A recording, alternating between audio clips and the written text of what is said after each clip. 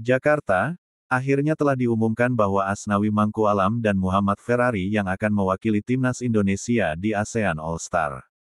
Lalu, kenapa nggak ada nama-nama seperti Bang J, Rizky Ridho, Justin Hubner, atau inti lainnya?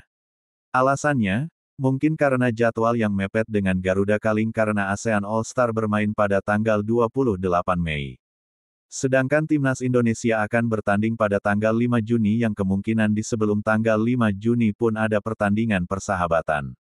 Jadi sangat riskan untuk menurunkan pemain-pemain inti untuk ikut exhibition match seperti ini.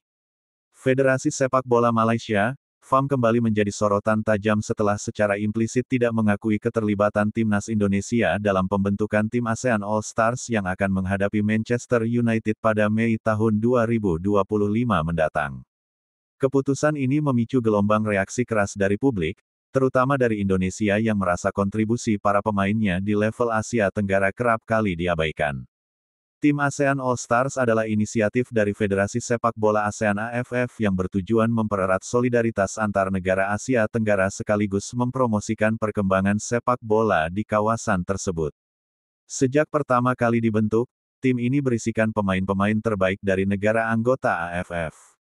Dalam edisi 2025 ASEAN All-Stars dijadwalkan menghadapi klub raksasa Inggris Manchester United di Stadion Nasional Bukit Jalil, Malaysia. Pertandingan ini dianggap sebagai momen penting untuk menunjukkan kekuatan kolektif sepak bola Asia Tenggara di panggung internasional. Namun di tengah antusiasme itu, muncul pernyataan mengejutkan dari pihak FAM. Ketua Komite Kompetisi FAM Firdaus Muhammad menyebutkan bahwa Indonesia tidak diundang secara penuh dalam proses pembentukan tim ini. Hal itu karena dianggap belum memenuhi standar sepak bola Asia yang diinginkan dalam event-event bergengsi seperti ini. Pernyataan tersebut menimbulkan tanda tanya besar tentang konsistensi dan prinsip inklusivitas yang seharusnya dijunjung AFF. Padahal, secara performa, timnas Indonesia belakangan ini menunjukkan kemajuan pesat termasuk keberhasilan lolos ke putaran final Piala Asia dan peringkat FIFA yang terus membaik.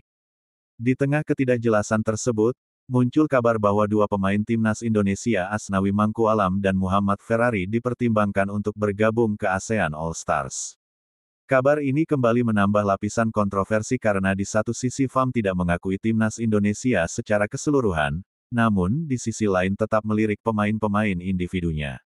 Terkait pemanggilan dua pemain ini Presiden FAM dalam sebuah pernyataan resmi menyatakan keberatan secara implisit. Dia menekankan bahwa proses seleksi harus dilakukan lebih ketat dan mempertimbangkan aspek komitmen serta integritas para pemain. FAM menilai pentingnya menjaga komitmen dan integritas pemain yang terlibat di ajang ini. Kami ingin memastikan bahwa setiap keputusan mencerminkan nilai-nilai profesionalisme dan semangat kolektif ASEAN, ujar Presiden FAM. Pernyataan ini dianggap banyak pihak sebagai bentuk sindiran halus terhadap keterlibatan pemain Indonesia yang seolah diragukan komitmennya terhadap spirit ASEAN All-Stars. Ketua Umum PSSI Erick Thohir angkat bicara mengenai polemik ini. Ia menegaskan bahwa keputusan mengenai pemanggilan Asnawi dan Ferrari sepenuhnya diserahkan kepada pelatih Patrick Kluivert. Kami mendukung pemain-pemain Indonesia untuk bersaing di level tertinggi, tapi kami juga menghormati keputusan pelatih terkait kebutuhan tim, ujar Erick Thohir.